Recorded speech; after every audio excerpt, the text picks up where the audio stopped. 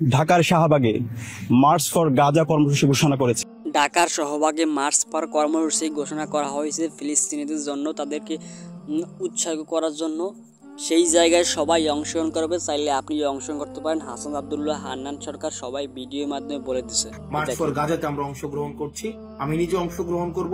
হাসনাত আব্দুল্লাহ বলেন যে সেখানে সে নিজেই অংশগ্রহণ করবে, সবার মাঝে সব থেকে সে পরিচালনা করবে এবং আপনাদেরকে যাওয়ার জন্য আহ্বান জানানো হয়েছে।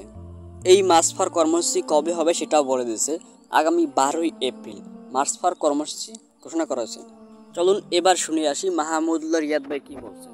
12ই এপ্রিল শনিবার বিকেল 3। সে বলছে শাহবাগ থেকে 12ই এপ্রিল বিকাল 3টায় মানিক মিয়া মোড়ের অভিমুখে গাজা শিরোনামে সেখানে একটা কর্মসূচি ঘোষণা করা হয়েছে, সেখানে আমিও আছি, আপনারা সবাই থাকবেন।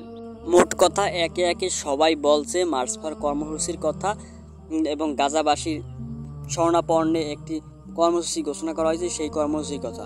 শায়েখ আহমদুল্লাহ, মিজানুর রহমান আজাহারি থেকে যত যা আছে ওলামায়ে আকরাম সবাই ওই একই কথা বলছে। তারা সবাই থাকবে ওই জায়গায়, আপনাকেও অংশগ্রহণ করার জন্য জানানো হয়েছে। তারা আরও বলছে যে এই মার্চ ফর কর্মসূচি হিসেবে গাজাবাসীর শরণাপন্নে যে গতকালকে একটা মিছিল হয়েছে, সেই জায়গায় দেখা গেছে যে বিভিন্ন জায়গায় বিভিন্ন লুটতরাজ বিভিন্ন কিছু হয়েছে।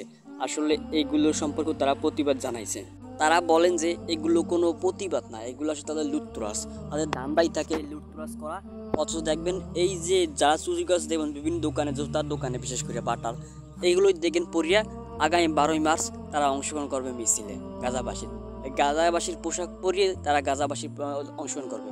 এটাই হলো আমাদের বাংলাদেশের অবস্থা, বুঝতে পারলেন? এরা আসলে নামে মুসলিম কামে না, তারা হয়েছে যে সুযোগের সদ্ব্যবহারকারী, বুঝতে পারলেন? তারা পাইছে একটা সুযোগ, এই সুযোগে তারা যেভাবে পারুক যেখান থেকে পারুক লুটতরাজ করিয়া লয়ে যেতেছে, বুঝতে পারলেন? তাদের ধান্দাই এইটা শুধু।